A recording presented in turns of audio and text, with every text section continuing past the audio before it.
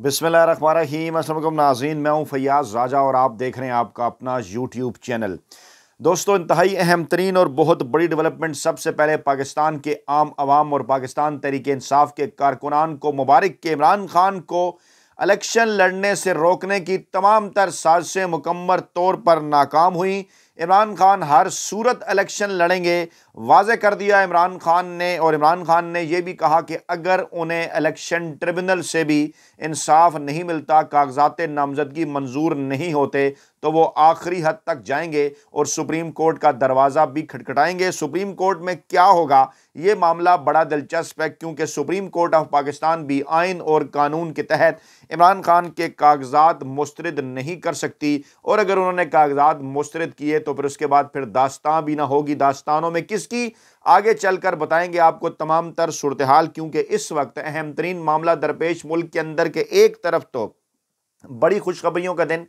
आज जब बड़ी खुशखबरियां आना शुरू हुई कि एक एक करके पाकिस्तान तहरीक इंसाफ के उम्मीदवारों के कागजात नामजदगी मंजूर होना शुरू हुए, तो अचानक सेनेट के अंदर एक करारदाद आ जाती है चोरी छुपे, जिसमें 14 सेनेटर्स, जी हां, सिर्फ और सिर्फ 14 सेनेटर्स उसके अंदर जनाब हिस्सा लेते हैं और उसमें से 12 कसरत राय से उस करारदाद को मंजूर भी कर लेते हैं। अचानक ये करारदाद सामने आती है, क्योंकि रवायत ये नहीं रही कि जुम्मा के बाद भी कभी सेनेट का या कौमी असम्बली का इजलास हो। आम तौर पर जुम्मा की नमाज से पहले ये इजलास मुलतवी कर दिया जाता है और फिर ये इजलास हफ्ता और इतवार की छुट्टी के बाद सोमवार को हुआ करता है। लेकिन आज आखिरकार ऐसा क्या हुआ, मैंने आपको बताया था इसी प्लेटफॉर्म पर इससे पहले कि तमाम तर मामलात को कंफ्यूज करने के लिए, अवाम को कंफ्यूज करने के लिए, वोटर टर्नआउट कम रखने के लिए, आखिर वक्त तक पाकिस्तान तहरीक इंसाफ और इमरान खान को दीवार के साथ लगाने के लिए इस किस्म के जो तमाम तर हरबे हैं वो इस्तेमाल किए जा रहे हैं। और कागजात नामजदगी के मंजूरी के सिलसिले के पीछे क्या था, उस जानिब बढ़ने से पहले आपको ये बताएं कि मुल्क में एक बार फिर अमन व अमान की सूरत हाल मखदूश या कम अज़ कम तासुर इसी बात का, क्योंकि वाक़यात भी हो रहे हैं और पाकिस्तान में हमेशा से इस किस्म का एक पैटर्न जो है वो देखा गया। और ये बात आप जहन में रखिए कि नून लीग और पीपल्स पार्टी आज जो जमहूरियत की चैंपियन बन रही हैं, उन्होंने ही ये बुनियाद रखी थी। और पाकिस्तान के अंदर जब गुज़श्ता साल 2023 में पहली मरतबा आइन और कानून के मुताबिक मुकर्ररा मुद्दत के अंदर इंतखाबात नहीं हुए, तो फिर उसके बाद ये एक रवायत बन गई। और अब ये रवायत का ना रुकने वाला सिलसिला है जो पता नहीं कहाँ जाकर रुकेगा। और जस्टिस काजी फैज़ ईसा साहब बार बार क्रेडिट लेने की कोशिश तो कर रहे हैं कि मैंने जनाब 8 फरवरी के लिए शेड्यूल दिलवाया और डेट भी आ गई और बाकी सब कुछ, लेकिन काजी फैज़ ईसा साहब बदकिस्मती से अपने चंद ब्रदर जज साहबान के साथ उन जजेस में शामिल थे कि जिन्होंने जस्टिस उमर अता बंदयाल साहब और उस वक्त उनके जो 7 जज उन तमाम तर केसेस में फैसले कर रहे थे पंजाब और केपी के इलेक्शन वक्त पर करवाने के हवाले से, ये उनके खिलाफ खड़े हो गए थे।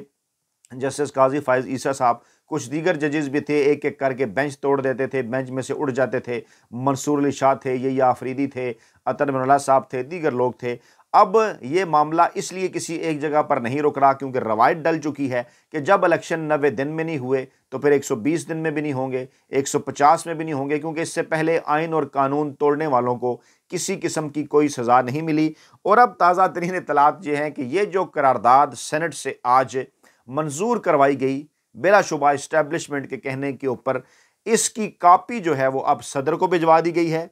और सेनेट सेक्रेटेरिएट ने इसका नोटिफिकेशन मुतलका शख्सियात को, वज़ीर-ए-आज़म को भिजवा दिया है। ऐवान सदर दीगर इदारों को, अहम तरीन इदारों को भिजवा दी गई है और जनाब वजारत कानून को भिजवाई गई है और इलेक्शन कमीशन को और वजारत दाखिला को। मकसद क्या है इस गैर अहम करारदाद का, जिसको 12 के करीब लोगों ने कसरत राय से मंजूर किया, इतनी जगह पर इसकी कापी क्यों भिजवाई जा रही है? और वजारत कानून के ज़रिए इस नोटिफिकेशन की copy supreme court of Pakistan भी पहुँचा दी गई है कि जी ऐवान बाला ने यह करारदाद मंजूर की। अब इसका मकसद क्या है, एक एक करके ये तमाम तर चीज़ें खोलते हैं आपके सामने ताकि मामला हो वाजे। अच्छा जनाब, एक तो बड़ी डेवलपमेंट यह है कि सुप्रीम कोर्ट ऑफ पाकिस्तान के अंदर ताहयात नाहली का मामला है जो सियासतदानों का, उसका केस आज उसकी समाअत मुकम्मल हुई, फैसला महफूज कर लिया गया। चीफ जस्टिस काजी फैज़ ईसा साहब फरमाते हैं कि जनाब जल्द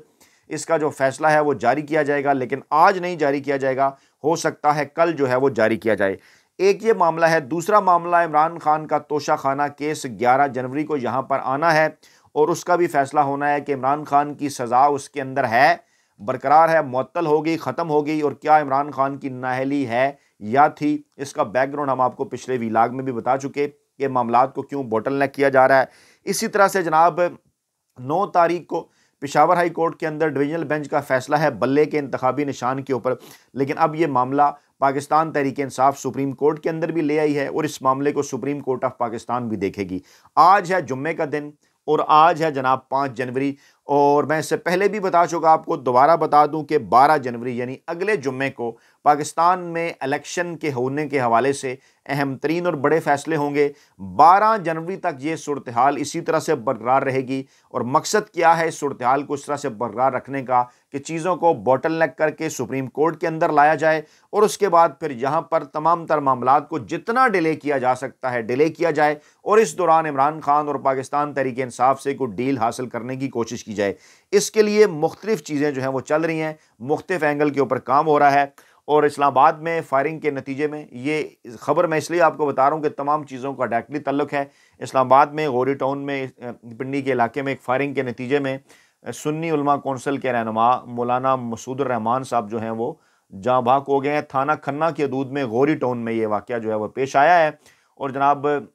ज़ख्मों की तालाब न लाते हुए वो चल बसे हैं और CCTV कैमरे की मदद से जनाब बकौल पुलिस के मुजरमों का जो सुराग है वो लगाया जा रहा है। और इससे पहले फाटा और बलूचिस्तान और खैबर पख्तूनख्वा के अंदर भी अमन अमान की सूरत हाल के हवाले से रोज़ाना की बुनियाद पर जो खबरें आ रही हैं वो है आपके सामने, और उन खबरों को बुनियाद बनाकर मौलाना फजल रहमान क्या बात कर चुके हैं, 2, 3 या 4 मरतबा कम से कम वो ये बात कह चुके हैं इलेक्शन कमीशन को भी मुखातिब करके, पाकिस्तान के इदारों को भी मुखातिब करके कि देखिए जनाब बलूचिस्तान और खैबर पख्तूनख्वा के अंदर हालात ठीक नहीं हैं, इसलिए इलेक्शन को थोड़ा सा डिले जो है वो किया जाए। और आज जो सेनेट की करारदाद आई है उसका बैकग्राउंड भी ये है कि सियासी जमातें जो एक दूसरे के ऊपर डाल रही हैं, और जो पहले कहा गया कि जनाब पीपल्स पार्टी के लोग भी थे, सॉरी पाकिस्तान तहरीक इंसाफ के लोग भी थे, ऐसा कुछ नहीं। तहरीक इंसाफ ने ऑफिशियल ट्विटर हैंडल से खुद ये बताया कि सिर्फ एक अकलीती रुकन उनके मौजूद थे, उन्होंने भी इस करारदाद की जो है वो खिलाफ वर्जी की है। और बकौल हामिद मीर के दीगर जो सहाफ़ी भी वहाँ पर मौजूद थे,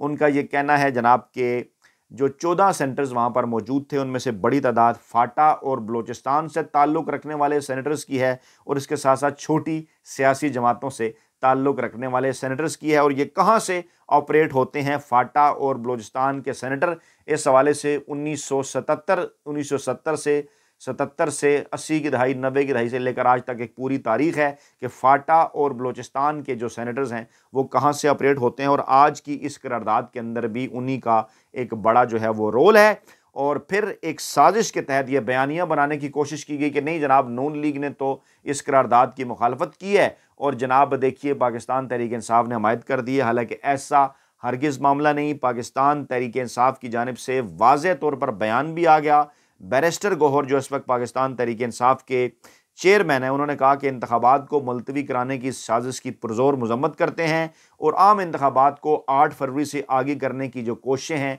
वो आइन पर जलगार हैं। इससे पहले भी ये जलगार आइन के ऊपर की जा चुकी है और मैंने कहा बुनियाद इसकी रखने वालों में मौजूदा चीफ जस्टिस काजी फैज़ ईसा और उनके ब्रदर जज साहबान जो कि जस्टिस उमर अता बंदयाल के दौर में जिन्होंने वक्त पर इलेक्शन करवाने के हवाले से जो है वो रुकावटें डलवाईं। अच्छा, आज अगर हम सारी चीज़ों को ज़रा इंटरकनेक्ट करके देखें तो सूरत हाल हो जाती है मज़ीद वाज़ेह। जो आज की खबरें आई वो अगर हम आपके सामने रखें तो जनाब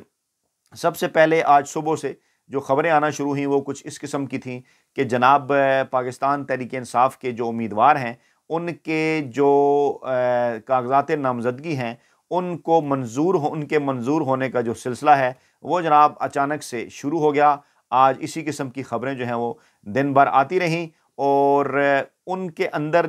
जो है वो जुल्फ़ी बुखारी हैं, राजा बशारत हैं, पाकिस्तान तहरीक इंसाफ के दीगर रहनुमा हैं, N51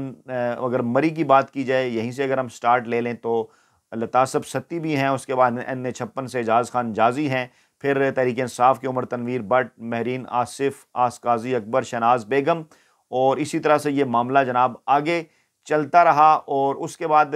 जनाब ये खबरें आना शुरू हुई कि इमरान खान के जो वकला हैं बानी पीटीआई के वकील जो हैं उनको भी इलेक्शन लड़ने की इजाज़त मिल गई। जी बिल्कुल, मैं जिक्र कर रहा हूँ पंजोथा साहब का। PP 88 NA 82 और PP 71 से इससे पहले उनके कागजात जो है वो मुस्तरद हुए थे और जनाब अब उनके कागजात जो हैं वो हो गए हैं जनाब मंजूर सरगोदा से, और सरगोदा से जो है वो मरियम नवाज साहबा भी इलेक्शन लड़ रही हैं। उनके मुकाबले में इन्होंने कागजात जो है वो जमा करवाए थे। अच्छा, अब ये सिलसिला इसी तरह से जनाब बढ़ता है आगे और फिर मज़ीद शाम में इस किस्म की खबरें आती हैं। आज क्योंकि इलेक्शन ट्रिब्यूनल के अंदर जो है वो अपीलें और अपीलों की मंजूरी और ये सिलसिला जारी रहना है जनाब 9 जनवरी तक, और 9 जनवरी तक इस किस्म की खबरें आगे चल के भी आने हैं कि जनाब के जो कागजात मुस्तरद हुए थे वो जनाब होना जा रहे हैं मंजूर। इसमें और कौन से नाम हैं? उमर अयूब जो पाकिस्तान तहरीक इंसाफ के सेक्रेटरी जनरल हैं, उनको भी इलेक्शन लड़ने की इजाज़त मिल गई, कागजात उनके मंजूर हो गए। और उनके ऊपर बाबर नवाज ने उनके ऊपर एतराज़ात दायर किए थे। अब जो है वो दोनों को इस बात की इजाज़त होगी। आतिफ खान साहब को KPK से उन्हें इजाज़त मिल गई, शाह महमूद कुरैशी को, जैन कुरैशी को, हलीम आदिल शेख को कराची से उन्हें भी इजाज़त मिल गई। अब ये जो नाम मैं आपके सामने रख रहा हूँ इससे आपको ये सूरत हाल वाज़े हो रही है कि जनाब एक सिलसिला है वो जनाब चल निकला, और उसके बाद फिर अचानक सेनेट के अंदर एक करारदाद आई कि जनाब देखिए मुल्क के हालात ठीक नहीं हैं, इन इलेक्शंस को आगे ले जाया जाए। अब इसके अंदर 2 मकासद हैं, वो ज़रा अच्छी तरह से समझ लीजिए क्योंकि सारी चीज़ें हैं इंटरकनेक्ट। एक तो अमन अमान की सूरत हाल, फायरिंग का वाक़या, एक आलिम के कत्ल का मैंने आपके सामने रखा, इसको ग्राउंड बनाकर आगे चलकर मजीद ये कहा जाएगा कि देखिए जनाब अमन अमान की सूरत हाल ख़राब है। दूसरी जानिब जो चीफ जस्टिस काजी फ़ाइज़ ईसा साहब ने फैसला महफूज किया है उसका ताल्लुक भी है डायरेक्ट इस तमाम तर मामले के साथ, क्योंकि अगर इस फैसले के नतीजे में जो कि काजी फ़ाइज़ ईसा साहब फरमा रहे हैं कि जनाब ताहयात नाअहली भी नहीं होनी चाहिए, और जनाब ये वो बकौल उनके इस्लाम के भी ख़िलाफ़ है, और उनका कहना है किस तरह जी मुल्क को तबाह करने वाला तो 5 साल बाद अहल हो जाता है, लेकिन ये ताहयात नाअहल कैसे हो सकते हैं। इससे नज़र ये आ रहा है काजी साहब माइंड मेकअप कर चुके हैं, वो जनाब इसके अंदर ये फैसला करने जा रहे हैं या देने जा रहे हैं कि जनाब ताहयात नहली का मामला ख़त्म और 5 साल की नहली होगी। लेकिन सवाल यहाँ पर फिर खड़ा हो जाएगा मुस्लिम लीग नवाज़ के लिए भी, और आइनी कानूनी माहिरीन बजा तौर पर यह सवाल उठा रहे हैं कि बज़ाहिर तो उन सारी चीज़ों का मकसद नवाज शरीफ को फ़ायदा पहुँचाना है, लेकिन सवाल यह है कि अब भी अगर सुप्रीम कोर्ट ये फैसला दे भी देती है तो इसका इतलाक़ माजी से कैसे होगा। अब ये तो नहीं हो सकता कि माजी के अंदर अगर किसी ने कोई जुर्म किया है और वो उस जुर्म की सज़ा काट रहा है तो बाद में किसी कानून के ज़रिए उस जुर्म की सज़ा के अंदर इजाफा या कमी कर दी जाए। ये एक बड़ा इंपॉर्टेंट नुक्ता है। दुनिया की रवायात देखनी है, कानून की रवायात देखनी है पूरी दुनिया के अंदर, फिर ही इस चीज़ के ऊपर जो है वो बेहतर एक राय जो है वो सामने आ सकती है। लेकिन बज़ाहिर नज़र ये आता है कि मंसूर अली शाह साहब अगर उनके साथ अलाइन हुए भी तो यही आफरीदी साहब का भी एक इख्तलाफी नोट इस हवाले से पहले भी मौजूद है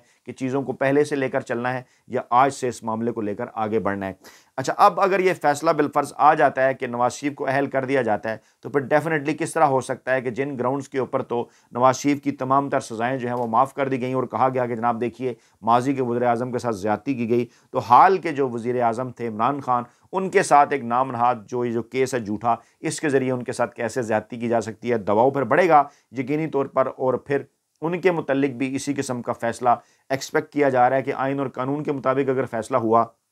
तो बिल्कुल उन्हें एक जायज़ आनी और कानूनी रिलीफ मिलेगा। उनके कागजात नामजदगी भी इंशाल्लाह इलेक्शन ट्रिब्यूनल से मंजूर होंगे, क्योंकि वो मामला अब सुना जाना है 7 तारीख को। अब ये कहा जा रहा है कि इतवार के दिन उस मामले को सुना जाएगा, वो मामला सुना जाना है, और खुदा न ख्वास्ता वहाँ से अगर इमरान खान के इलेक्शन ट्रिब्यूनल से भी कागजात नामजदगी मंजूर न हुए तो 8 जनवरी को वो मामला भी आएगा सुप्रीम कोर्ट में, यानी इमरान खान के कागजात का मामला भी सुप्रीम कोर्ट में, बल्ले के निशान का मामला भी सुप्रीम कोर्ट में, और ऑलरेडी उससे पहले लेवल प्लेइंग फील्ड का मामला सुप्रीम कोर्ट में है, तोशाखाना का मामला भी 11 जनवरी को सुप्रीम कोर्ट में टेकअप है। अब अगर अदालतें जल्द अज जल्द ये तमाम तर फैसले अगले एक हफ्ते के दौरान यानी 12 जनवरी तक करती हैं और सबको लेवल प्लेइंग फील्ड देती हैं तो फिर पाकिस्तान के अंदर इंतखाबी मुहिम 13 के बाद चलना शुरू हो सकती है, अगर तमाम सियासतदानों को, सियासी जमातों को बराबरी का मौका दिया जाए। अब इस तमाम तर सूरत हाल को रखते हुए कि अगर इस किस्म की कोई सूरत हाल पैदा हो जाए और पाकिस्तान इलेक्शन की जानिब बढ़े तो फिर तो जनाब बिलाशुबा इमरान खान के लिए विन विन सिचुएशन है। इसलिए अब ये इंतखाबात को